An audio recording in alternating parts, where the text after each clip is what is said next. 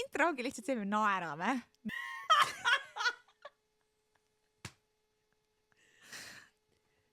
Tere tulemast podcasti, kuidas see lõppes? Meie oleme raamatutotsid. Oota, päriselt laulame või? I can see you. See on... lihtsalt lugeks raamatut. Tere sõbrad, raamatutotsid on tagasi. Ja seekordseks raamatuks on Loving the Legend. Legendid. Insert picture here. Ja seekordne raamat on siis Sports Romance. Me lubame terve ülejäänud podcast ei tule Sports Romance teemadel, aga enne seda, kui see on Sports Romance, on see tegelikult LGBT raamat. Ja väga ilus love story, nagu südamevalu ja hingepaituse ja kõige sellega seotud siuke mõnus queer love story ilusate pikkade spordipoistega. Jah. Jah. Jah. Ja mina olen Caitlin. Mina olen Merike. Ja meie viime teid siis sellele teekonnale ja vaatame, kuidas see lõppes. Ja väike content warning.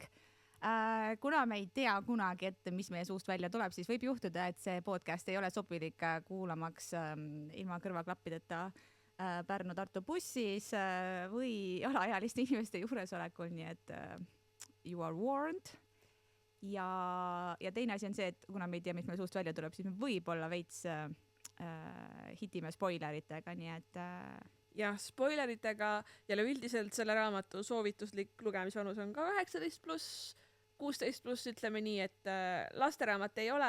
No see oli ka siuke päris kinky shit. Et te siis teate, et kui te väga kindlasti teate, et tahate seda lugeda ja te absoluutselt ei taha ette teada, kes seal on ja mis seal juhtub, siis lugege enne raamat läbi, aga ma arvan, et see ei ole siukene cliffhangeritega seiklusraamat, et kui sa ei ole lugenud seda raamatut, siis ma arvan, on ka okei, kui sa meid kuuled. Ja, sest et nagu me teame, siis sports romance'ite puhul need on üldiselt alati happy endinguga raamatud, õnnelik lõpp, selles suhtes see ei tule ei spoileri ega mingisuguse šokina. Taaskord, kuidas see lõppes, vastus on hästi. Jah. Ja ma ei tea, võib-olla siis alustame, miks me üldse selle raamatu võtsime. Mina jõudsin selle raamatuni, ma arvan, suhteliselt juhuslikult, sest et ma arvan, et ma olin oma queer sports reading eras ja siis kuidagi see sattus mulle ette ja kuna ma ei ole vist väga palju, praegu tuleb üks teine raamat meelde, ei ole väga palju korvpalluritest lugenud, siis see kuidagi intrigeeris kohe. Ja kuna see oli lihtsalt nii tore lugemine, tore ei ole õige sõna, emotsionaalne ja siuke tore lugemine, siis sai Caitlinile ka ultimaatum, et tahad, me sõbrad oleme, siis sa pead seda lugema. Ma lugesin selle raamatu ära. Oli tõesti väga tore, ilus, hea raamat. Üleüldiselt meie mõlema jaoks on ka erinevad LGBT teemad olulised. Me oleme osa selle kogukonna liikmetest, aga minu kõige nagu raskem osa võib-olla siis on see, et olles mitte kõige suurem meeste fänn, siis vahepeal ma lihtsalt olin nagu mingi, siin on nii palju mehi.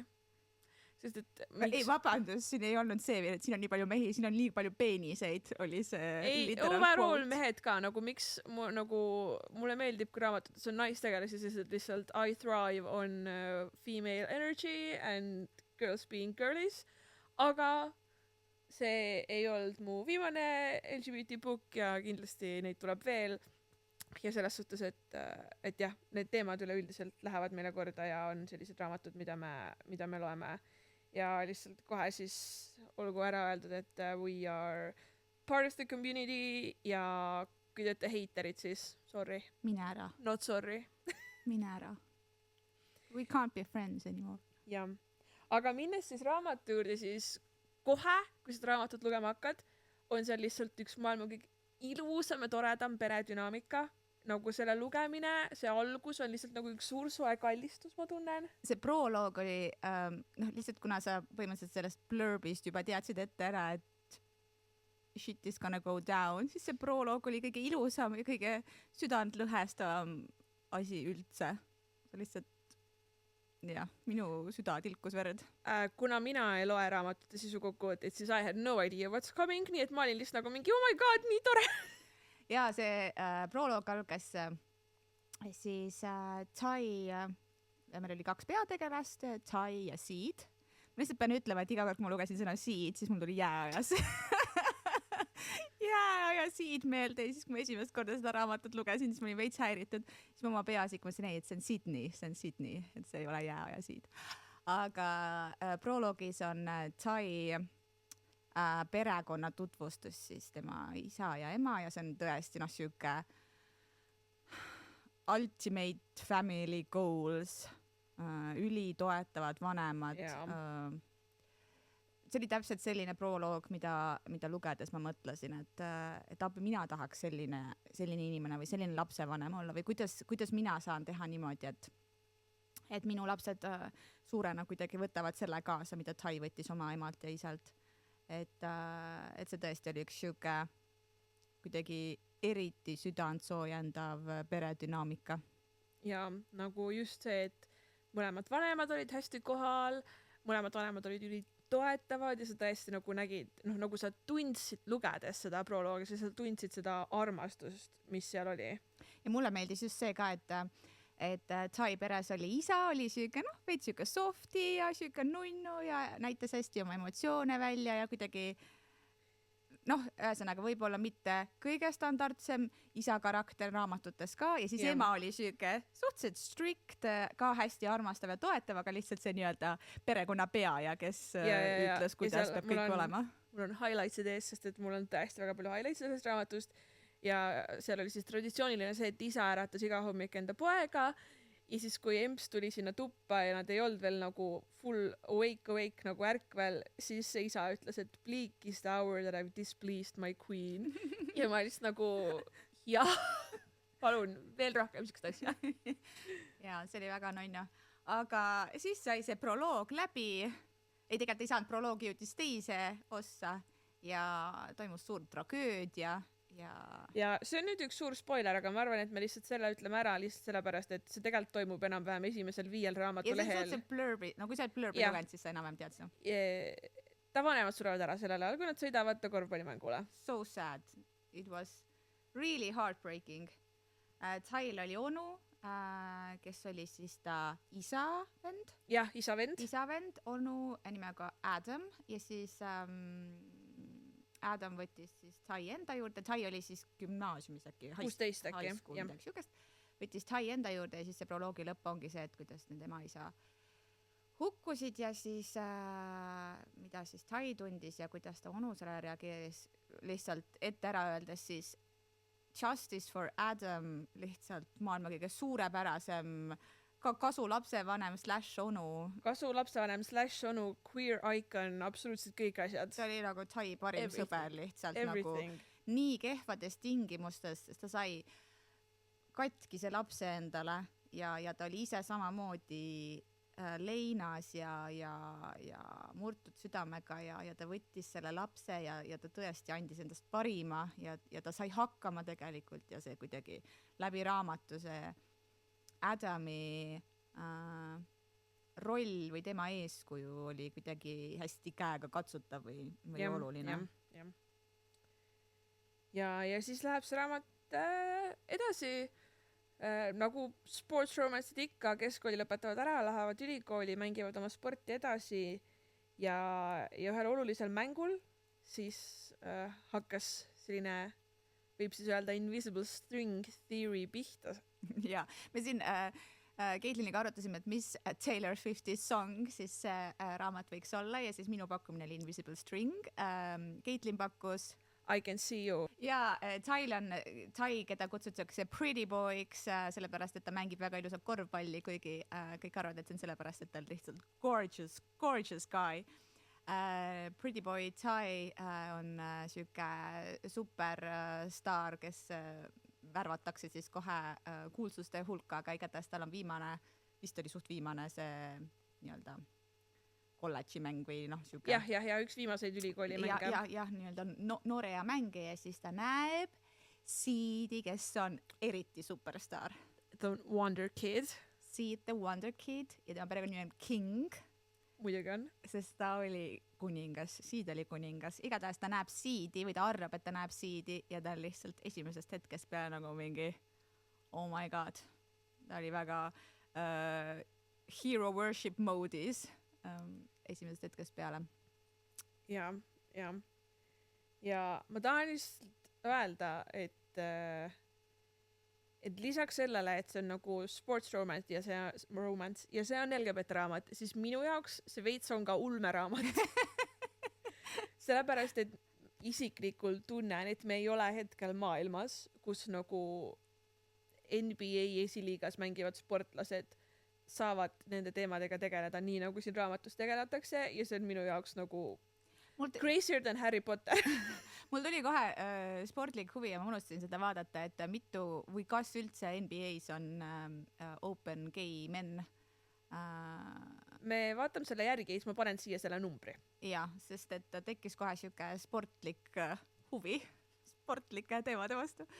Et ja see oli siuke omaette rollercoaster ja noh, nagu enamikus queer sports raamatutes on suur osa sellel nii-öelda kapis olemisel või varjamisel, sest et see spordimaailm ei fantaasiamaailmas ega päris maailmas ei ole väga geisõbralik ja no, toksiline maskuliinsus on ikkagi märksõnad, mis üldse käivad spordist väga tugevalt läbi. Ja isegi kui nagu noh, mingisugused tiimikaaslased on hästi toetavad niimoodi, siis seal käib see põhihirm pidevalt läbi, et sportlane tahab olla tuntud sellepärast, et ta on hea sportlane, mitte kogu aeg spotlightis sellepärast, kellega ta käib ja või mitte, kellega ta koos elab. Sportlane tahab olla hea sportlane, mitte hea gei sportlane, mis on nagu väga oluline eristus, mida me paraku kipume väga paljudes muudes asjades ka tegema, et ta on nii hea openly queer artist, ta on nii hea openly queer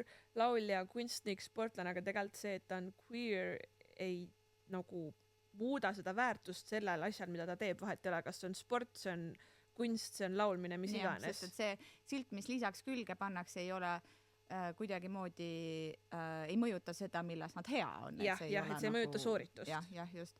Ja siin raamatus oli sama küsimus, et tegelikult nad tahtsid nagu natukene kuidagi radari alt lennata, et eriti Tai kuidagi mitte endale seda silti külge panna, et ta on kuidagi muus mõttes teistmoodi ja Tai oli üldse siuke väikene ärevuses poisikene ja ta ei tahtnud üldse mingit meedia tähelepanu, nii et see oli tegelikult suhteliselt arusaadav, et ta üritas vältida mingit siukest lisafaktorit, mis teeks ta kuidagi teistest erinevaks. Jah, sest et tegelikult seda, et ta kaotas noorelt enda vanemad, rõhutati niikuinii igal pool päris palju. See oli nagu intervjuudes, et mis su vanemad praegu tunneksid, blablabla, mis kindlasti nagu mõjutas ka tema nagu vaimse tervise, ma arvan, me võime selle kohta öelda hävingule. Täiesti hävingule ja ausalt öeldes ma tahaks öelda, et see on ikka väga kohatu, nagu ma ei tuleks selle peale küsida inimese käest, mida su surnud vanemad praegu su, et ma nagu natukene taktitunnet palun inimesed, aga noh, reaalsus on see, et tegelikult neid teemasid ju võetakse üles igasuguseid ja väga, väga konkreetselt ja väga julmalt ja ütleme nii, et see Tai väga kehvas olukorras vaimne tervis oli läbiv joon terve selle raamatu jooksul. Ja miks minule see raamat väga meeldis, oli just see vaimse tervise aspekt, et kuna see Tai, see eriti õrn iga, see siuke puberteedi ea lõpp ja kuidagi täiskasvanuks saamine möödus siukse trauma valguses, siis see, kuidas ta asju oma elus prioritiseeris ja mida ta arvas, et ta peab tegema selle nimel, et kuidagi enda vanemate surma nagu õigustada või kuidagi heaks teha, et ta peab meeles seda, siis see kõik kokku oli nii enesekindlust õõnestav ja siukest sisemist motivatsiooni kuidagi elimineeriv, et kõik, mis ta tegi, oli selleks, et ta vanemad saaksid ta üle uhked olla ja et nende ohverdused ja panus oleks kuidagi mingisuguse tulemusega ja ei läheks raisku. Ja suuremas plaanis see ilmselgelt ei ole ju jätkusuutlik viis, kuidas elu elada, et sa teed kellegi teise jaoks mingeid asju ja profisport ei ole kindlasti ju lihtne asi, mida ilma sisemise motivatsioonita, ilma nii-öelda enda pärast tegemata enda keha ja vaimuga läbi viia, et ja kindlasti lihtsalt ülioluline rõhutada, ma ei tea kunagi, kes meid kuulab, aga tegelikult nagu mis iganes kellegi teisega su elus juhtub, siis isegi see fakt, et nad olid sõitmas Thai korvpallimängule, tegelikult ei tähenda seda, et Thai oli kuidagi süüdi selles, mis juhtus, aga see oli see, mida ta tegi terve põhimõtteliselt raamatu vältel, kui nüüd ütleme viimase nagu mingi 10% raamatust oli ikkagi see, et tema süüdistas ennast selles õnnetusest, selles, et nad ära surid ja see oli ka see põhjus, miks nagu kõik igasugused negatiivsed asjad pidevalt juhtusid ja hakkasid lahti rulluma, sest et ta ei saanud nagu ta keeldus nagu aktiivsest teraapiast ja ta keeldus nagu lahti laskmast sellest uskumusest, et see on tema süü. Ja tal tõesti oli väga kehvasti ja see, et ta üldse jõudis nii kaugele selle spordis, arvestades, et tal olid meeletud õudusunenäod ja paanikahood ja sellised tõesti tugevad vaimse tervise probleemid, sügav depressioon, siis ausalt öeldes see on üldse väga imeline, et ta keha nagu vastu pidas sellistes tingimustes, et ma ikka mõtlesin, et kui ta oleks nagu natukene tervemas vaimses konditsioonis olnud, siis võib-olla ta oleks, ma ei tea, mis rekordeid purustanud seal. Aga jaa, see Thai depressioon oli algusest peale hästi kuidagi nagu käega katsutav, et kõikides nendes tegevustes see tema sisekõne ja see ärevus, millega ta kogu aeg elas, oli nagu nii füüsiline, tema enda reaktsioonid olid hästi füüsilised, et ta näiteks oksendas hästi tihti suurest ärevusest, näiteks pärast õudusunenägu või midagi, et hästi füüsilised reaktsioonid ja see oli kuidagi nii hästi kirjeldatud, et mul endal oli kuidagi nii ebamugav oma kehas, sest et see oli nii siuke kaasärevust tekitav, mida ta tundis. Aga ja lõpp hea, kõik hea, et lõpus kõik läks hästi, aga võtmesõna siinkord taas minu lemmik plotline suund, teraapia aitab, palun. Mina mõtlesin, et me joome kommunikatsioon. Ja kommunikatsioon oli ka lõpus vahepeal üks hetk klappas. Siin raamatus oli üks trope, mida me mõlemad vihkame. Kui sa ei taha kuulda, mis tropes oli, siis skipi lihtsalt 10 sekundit edasi, aga nagu third act break-up. Lihtsalt.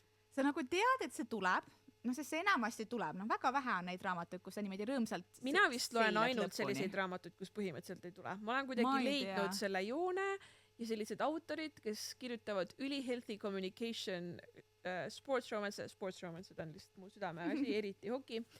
Ja mina olen leidnud nagu mingid kindlad autorid, kellel on juba mega palju raamatuid ja enamus nendest raamatutest nagu on third act break-up vabad, seal on üli-healthy communication ja mulle täiega meeldib see ja kuna ma tõesti ei ole ammu lugenud ühtegi raamatut, kus oleks see third act break-up ja ma tegelikult olin seda raamatut ühe korra lugenud ja nüüd lugesin uuesti, siis ma olin veits taken aback, kui mul meelde tuli ja ma olin nagu mingi ei, see on see. Aga samas mul on tunne, et see oli vajalik, sellepärast et see Thai depressioon ja vaimse tervise ikkagi see oli allakäik, see ei olnud isegi stabiilne nii-öelda rock bottom, vaid see oli ka nagu alla.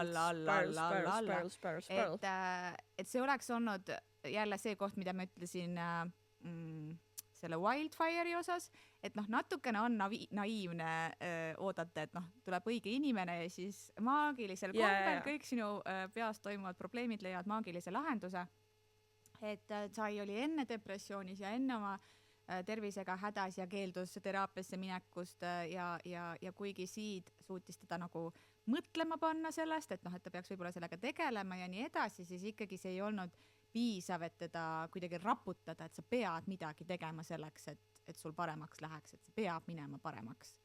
Et see mõnes mõttes oli nagu kuidagi oodata, aga lihtsalt siin oli, me muidu väga fännasime Tide ja Seedi sellepärast, et noh, nii ilus kommunikatsioon. Nagu Seed on lihtsalt sõna otseses mõttes king. Ta oli nagu seksikas korvpallurist Golden Retriever. jah. Ma üritasin kogu aeg nagu endale meelde tuletada, et ta oli mingi umbes 6'7", vist oli mingi üle 2-meetrine siuke suhteliselt musklis, noh ikkagi nagu suuremat kasvu korvpallur ja siis ta vahepeal oli lihtsalt nii nunnu, ta oli nagu kaisukaru ja siis ma kogu aeg pidin meeldada, et see vaimusilmas see Seed, kes mulle selle iseloomu põhjal tekkis, oli palju fluffim kui see, kes ta tegelikult oli. Mina pean ütlema üks asi, mida ma ütlesin Merikesele ka, kui ma seda raamatut teist korda lugema hakkasin, et ma ei tea miks, aga minu peas toimus kõik see tegevus sellises South Parki laadses multikas ja kõik tegelased olid suht sarnase vibe'iga nagu South Parki multika tegelased. Miks? Ma ei tea, aga nii oli ja nii põhimõtteliselt raamatu lõpuni välja. Et Seed King oli tõesti King of Communication, siis seal lõpus, kui oli siis third act breakup, sest et tõesti kogu see mental health oli väga down spiral ja Seedil olid enda nii-öelda luukered nooremast põlvest ja ta tundis, et ta peab enda vaimset tervist hoidma. Ja ta üritas seda teha, sõnaga nad läksid tülli ja lahku. Siis meile mõlemale Caitliniga ilgelt närvidele käib. Nagu see on see üks nagu tõrvatilk selles imelises meepotis, ma ütleks. Ja, et nii sageli on raamatutes sest me väga palju loeme raamatuid, kus on vaimse tervise probleemid, see kuidagi kõnetab meid mõlemaid ja need valdkonnad huvitavad meid ja #mental ill #mental ill people. Me ruudime kõikide nende kaaskannatajate osas.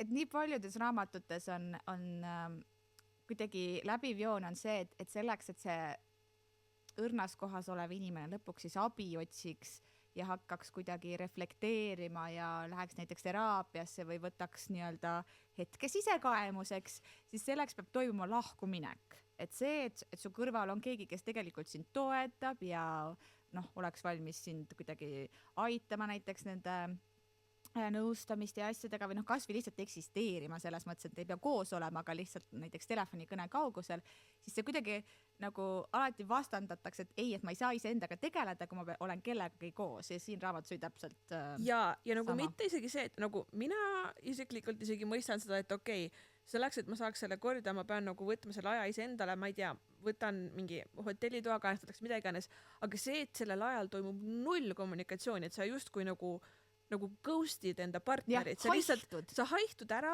sa ei räägi temaga, sa ei ütle talle mitte midagi, see lihtsalt see ei mahu mu pähe, sest et kui minu partner teeks midagi sellist, ma oleks esiteks hirmul endast väljas ja siis ma oleks vihane ja õigustatud, sest mis mõttes sa lihtsalt kaod, sest et siin raamatus oli peaaegu kuu aega, nagu mis mõttes sa lihtsalt kaod kuuks ajaks ära, et paremaks saada, nagu mine, aga palun räägi minuga. Ja, nii, siin toimus nii-öelda vaheliline kontakt Seedi ema vahendusel, et nad ikkagi umbes teadsid, et vähemalt elus on mõned osapooled, aga ma olen ka ikka lugenud raamatuid, kus lihtsalt kaotaksegi mingi pooleks aastaks ära mingi nobody knows kuhu, ma ei tea, ma saadaks ammu juba mingisuguse politsei otsingutele, lihtsalt see tundub nii absurdne asi, mida nagu päris elus teha. Ja siin raamatus, ma arvan, et me liiga detailidesse ei lähe, et spoilerid ei oleks, aga näiteks minule ei meeldinud nagu see äraleppimine ka või see oli kuidagi nagu veits disrespectful ja mitte nagu kõiki tundeid arvesse võtta, sest et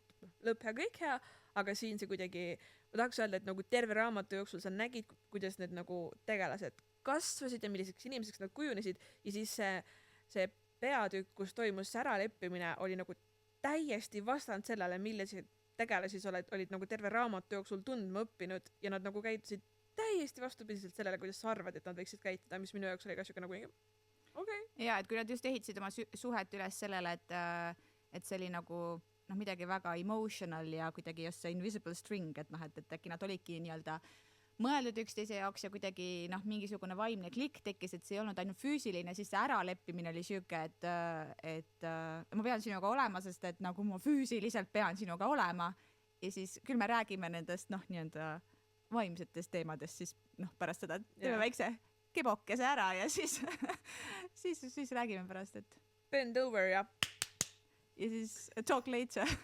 Ühesõnaga ei tundunud üldse kuidagi karakteritele omane, et see häiris meid mõlemaid. Aga mis selle ulme fantaasia puhul oli väga realistlik, oli see, et a gay couple kolib üliruttu kokku ja siis aasta aja jooksul abiellub. Of course they do. Of course they do. When don't they? They're meant to be. Aga võib-olla jah, et kui sa tead, vaata, et seal NBA-s vaata ei ole neid. Sa kindlalt tahad korvpallurit. Yeah. Secure the deal. Ja igaks juhuks.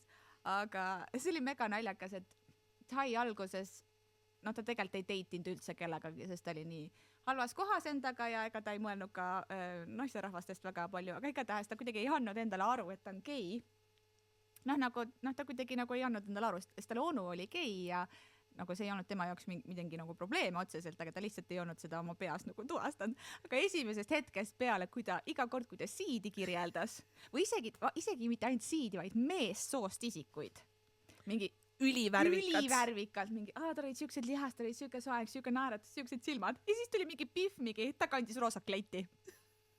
Ta olid lühikesed mustad juuksed, roosa kleit. Punkt. Hea, kui oli roosa kleit nagu. Et see oli nii naljakas ja see obsession, mis tal tegelikult alguses peale oli, et tal ikka läks natukene liiga kaua aega, et aru saada, et aga see on okei, aga üleüldse nagu kogu see enda onule nagu kapist välja tulek ja sellest rääkimine, see oli nii vaba, see oli nii tore, et nagu see oli siuke nagu eluterve suhtumine ja ta onu oli lihtsalt nii tore ja nagu nii sõbralik ja ta onu oli nagu mingi, et okei, tegi naljavärk, oli nagu mingi, ma arvan, et me peame seksist rääkima ja siis Tai on nagu mingi, ma olen seda juba teinud, ta on nagu mingi, ma mõtlen teise mehega. Mingi, wow. Ja siis oli ka mingi, ja, sul on õigus, nagu täiesti siuke, nagu eluterve suhtumine kuidagi, see näitas just selle Adami ja Tai omavahelisest kuidagi usaldusest ja sellest, et nad päriselt tundsid, et nad saavad üksteisele kõigest rääkida. Mul on highlight'id all üks koht, kus sa saad aru, et nagu Tai on lihtsalt, see on siis, kui ta nagu mõtleb selle peale, mis tal siidiga on olnud. Doesn't make sense. Sometimes our gaze is locked and it's so intense that my brain times out. Lihtsalt sellest, et sa vaatad kellelegi silma, su aju lihtsalt lakkab töötamast ja sa oled nagu mingi I'm not sure if I like guys. Ma mõtlen, see oli alguses oli nii naljakas ja see oli vahva, et alguses peale, et Tail olid tõesti väga tugevad reaktsioonid kõigile. Ta ei osanud üldse olla, sest et tal ei olnud väga sõpru, või üldse, sest ta ei lasknud inimesi ligi ja siis järsku oli Sid, kes tahtis tema sõber olla ja kes kuidagi tahtis teda nii-öelda aktiivselt enda ellu ja siis ta oli nagu mingi, et avastad, okei, et ta ikka nagu päriselt meeldib mulle ja mingi siuke teema, siis pärast hiljem kui Sid kirjeldas neid esimesi nii-öelda hetki, kui nad kokku said ja siis nad tegid mingi intervjuu koos ja mida Sid tundis, see oli nii armas, sest tema tundis täpselt samamoodi ja siis ta üritas nagu, ta oli siuke mega cool, aga et mõlemal oli peas käis nagu mingi oh my god ja siis mingi I'm cool, yo bro, mingi väike täpp ja üks asi, millele ma mõtlesin, oli see, et mulle täiega meeldib lugeda mõlema point of view raamatuid ja ma täiega mõtlesin, et nagu kui tuleks sama raamat lihtsalt nagu CD point of view'st, siis ma loeks seda. 100%. Ja ma sain sellel hetkel, kui ma seda raamatut lugesin aru, et mulle täiega meeldib, kui see on kas third point of view ehk nagu sa näed kolmandast vaatenurkast mõlema vaatenurka või sul on mõlemad need, sest ma nagu vahepeal nii tundsin puudust, et nagu mida Sid mõtleb selle hetkel. Ja. Aga ma arvan, et see oli kuidagi selle raamatu ülesehituse mõttes kohati nagu vajalik, et oligi see nii-öelda teadmatuse hetk, et Tai päris täpselt ei saanud aru, et oh my god, mida ta mõtleb sellega, kui ta mind külla kutsub ja ma ei tea, mingeid seksikaid onesies ikka annab. See oli lihtsalt, kõik oli nii jabur ja mega nunnu ja lihtsalt ma tahan öelda, et Sid the Wonder Kid King on lihtsalt perfect book boyfriend nagu see, kuidas ta nagu spoilis Taid ja mingi date ta planeeris mingi jahi peal, umbes mingi ma ei tea, kuskilt Pariisis toodi mingi sünnipäevatort ja mingi monogrammidega hommikumant, et just because. et ta oli siuke ja nagu ma enne ütlesin, this guy is kinky AF. Minu teadmised seksuaalvallast avardusid paari mitte, no ma jah, siukest paar huvitavat nagu asja. Ma esimene kord lugesin, mõtlesin, siuke siin ka olemas. People do that. Ei, I'm a visual learner. Mina just loen ja mingi, okei, guugeldan that incognito mode'is. Ja siis guugeldad mingi, okei, see käib nii. Mul oli ka mingi asja, aga see, ütleme nii, et raamatuid lugedes incognito aken on ikka aeg-ajalt ikka väga must be. Jah. Ma lugesin just ühte BDSM raamatut ja no ütleme nii, et sai ikka päris vatti see. Seal olid siuksed väga spetsiifilised asjad ja ma ikka tahtsin nagu teada, noh, mis see on.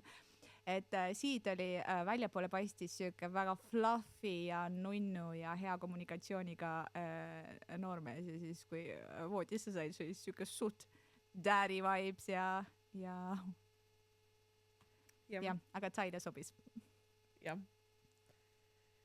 Üks asi, millest ma tahan veel rääkida, millest ma rääkisin tegelikult eelmises episoodis, mis mulle meeldis ja mis mulle siin raamatus ka väga meeldis, kuigi see võib-olla siin raamatus ei olnud nii dominantne teema, et ei olnud neid nii-öelda traditsioonilisi soorolle nii väga või nagu see oli hästi subtle, näiteks Adam oli tuletõrjuja ja siis selle fire department chief, mis traditsiooniliselt meedias näidatakse enamasti mehena, oli naine ja see, et näiteks kui keegi oli haiglas, siis õde oli mees, mitte naine ja peakirurg oli hoopis naine ja sellised nagu väikesed asjad,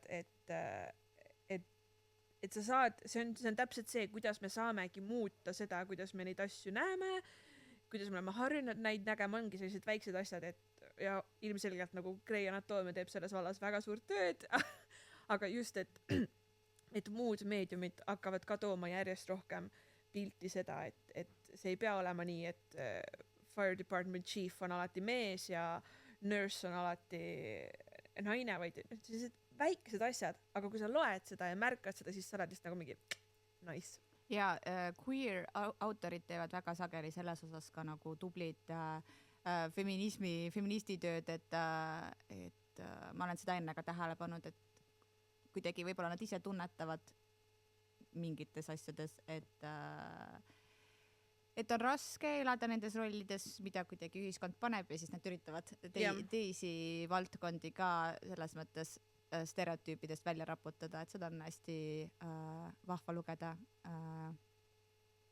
kuidagi vabastav ja ennast ka. Ja miks minule queer raamatud sageli meeldivad?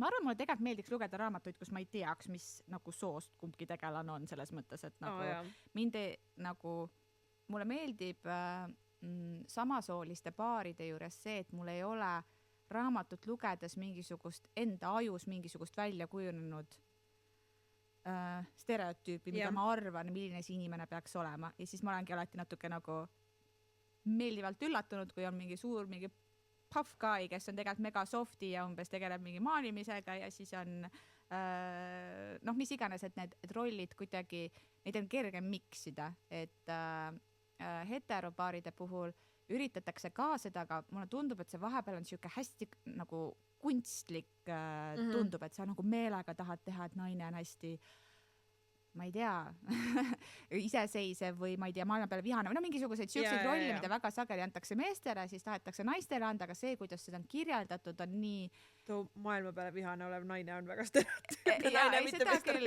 Jah, seda tõesti, aga just, et neid pehmeid omadusi ja kuidagi seda liiga intensiivselt tahetakse rõhutada ja see ei ole usutav. Et ma kunagi tegin siin search, et tahaks lugeda siukseid raamatuid, kus ma ei tea, naine on näiteks ihukaitsja või ma ei tea, mingi sõjaväe mingid romance'i, kus on näiteks naine on militaris, aga neid ei ole väga palju, ma lihtsalt ütlen ette ära. Nii et kui te häid raamatuid teate vastupidistest soorollidest, siis jagage.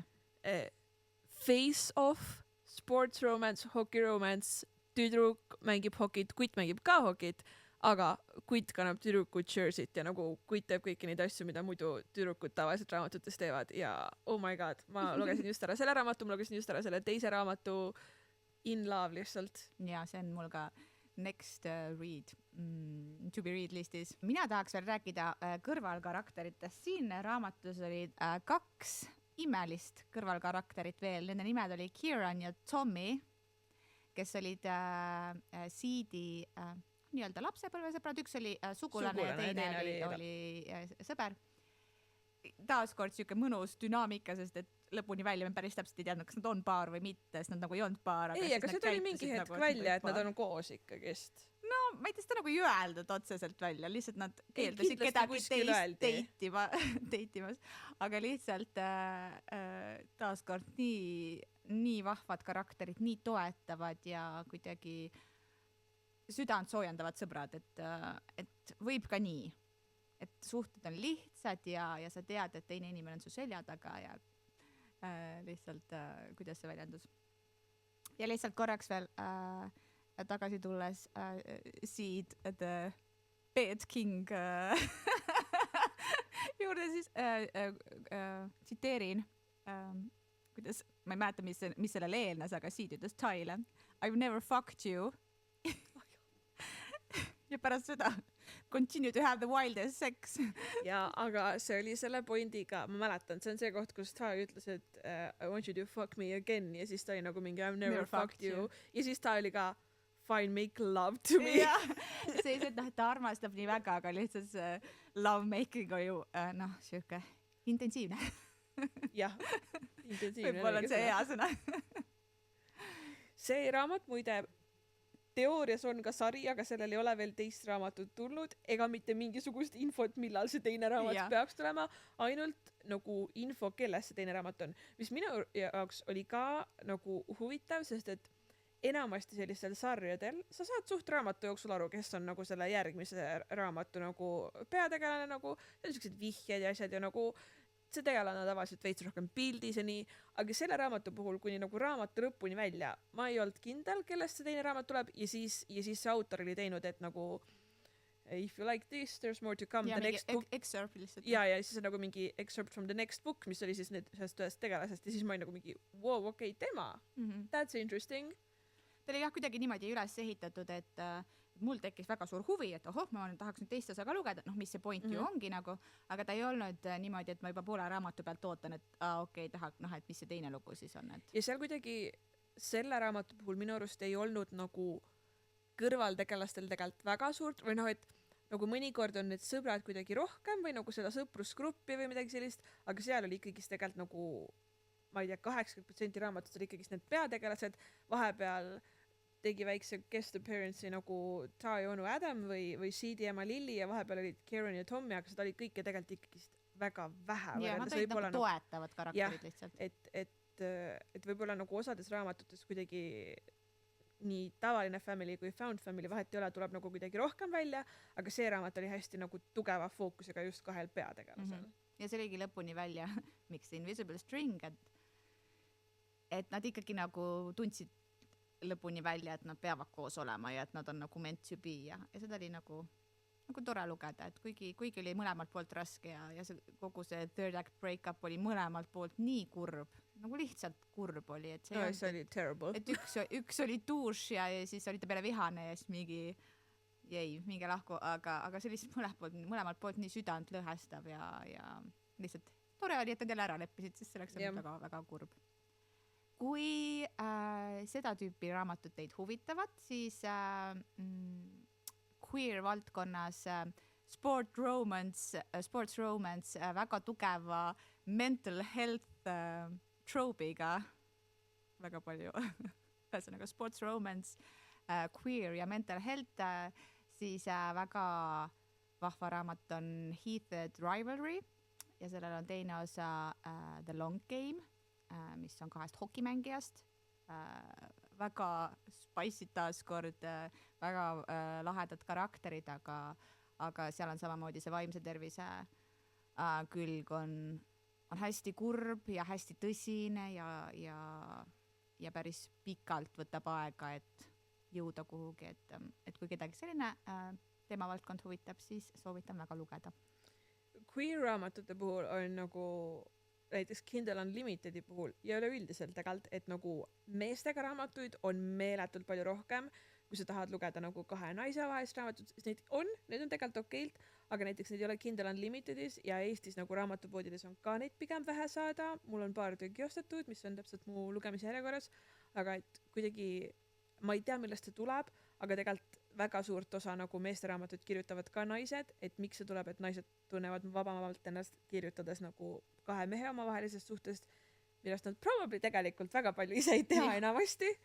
Ja seda, et kirjutatakse kahe naise omavahelisest suhtest on ikkagi vähem ja nagu kui sa vaatad ka kõige klassikalisemalt platvormi Goodreads, siis sa leiad nagu ikkagist kahe meespeategelasega raamatuid tundub palju rohkem, kui sa leiad kahe naispeategelasega raamatu või siis võib-olla isegi nagu, et lihtsalt veits kvaliteetsemaid raamatuid, et nagu jah, ma ei oska sellele näppu peale panna, aga kui keegi teab häid girl book'e, siis I'm open for soovitused. Yeah, me too ja open for soovitused.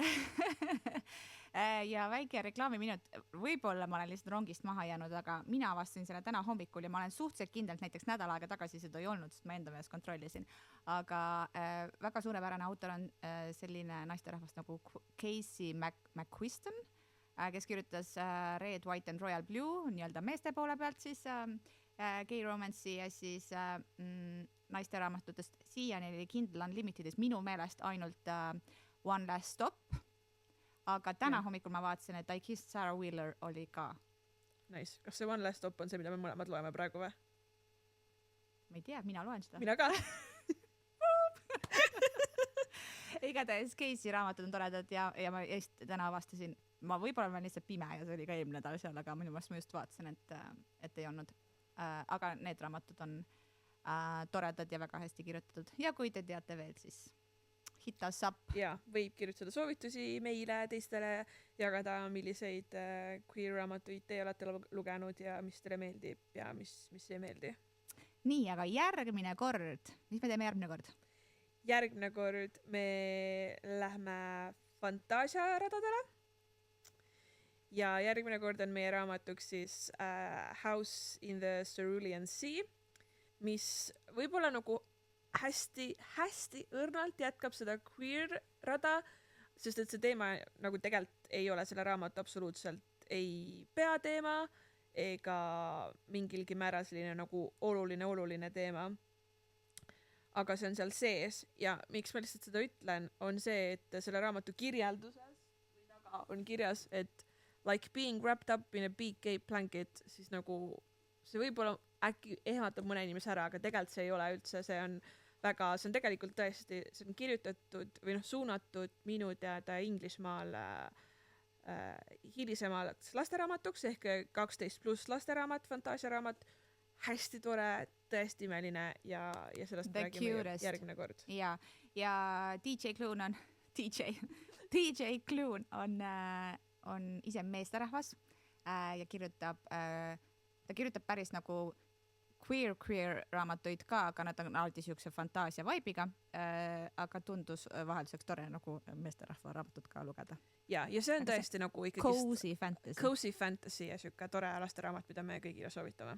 See oli nii lahe. Järgmine kord kuulete. Jah, aga thanks, et kuulasite ja lugege rohkem queer raamatuid.